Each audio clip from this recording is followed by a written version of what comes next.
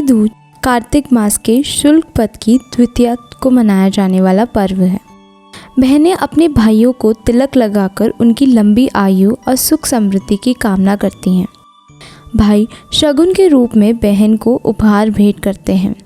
भाई दूज के दिन मृत्यु के देवता यमराज का पूजन भी होता है। सुबह उठकर स्नान कर तैयार हो जाए। सबसे पहले बहन भाई दोनों मिलकर यम, चित्रगुप्त और यम के देवताओं की पूजा करें तथा अर्घ्य दें। इसके बाद बहन अपने भाई को घी और चावल का तिलक लगाती हैं।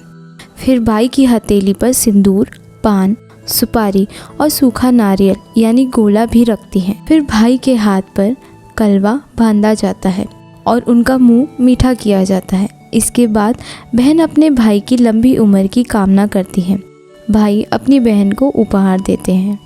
भगवान सूर्य नारायण की पत्नी का नाम छाया था। उनकी कोख से यमराज तथा यमुना का जन्म हुआ था। यमुना यमराज से बड़ा स्नेह करती थी।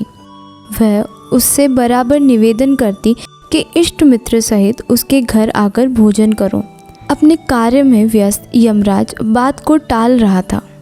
कार्तिक शुक्ल का दिन आया। यमुना ने उस दिन फिर यमराज को भोजन के लिए निमंत्रण देकर उसे अपने घर आने के लिए वचनबद्ध कर लिया। यमराज ने सोचा कि मैं तो प्राणों को हरने वाला हूँ, मुझे कोई भी अपने घर नहीं बुलाना चाहता। बहन जिस सद्भावना से मुझे बुला रही है उसका पालन करना मेरा धर्म है। बहन के घर आते समय यमराज ने नरक निवास करने वाले जीवों को मुक्त कर दिया। यमराज को अपने घर आया देखकर यमुना की खुशी का ठिकाना नहीं रहा। उसने स्नान कर पूजन करके व्यंजन परोसकर भोजन कराया।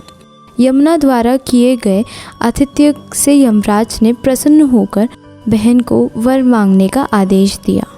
यमुना ने कहा कि भद्र, आप प्रतिवर्ष इसी दिन मेरे घर आया करो।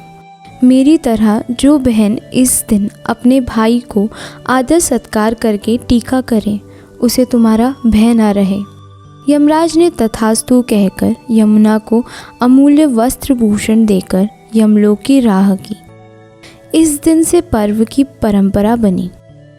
ऐसी मान्यता है कि जो आतिथ्य स्वीकार करते हैं उन्हें यम का भय नहीं रहता।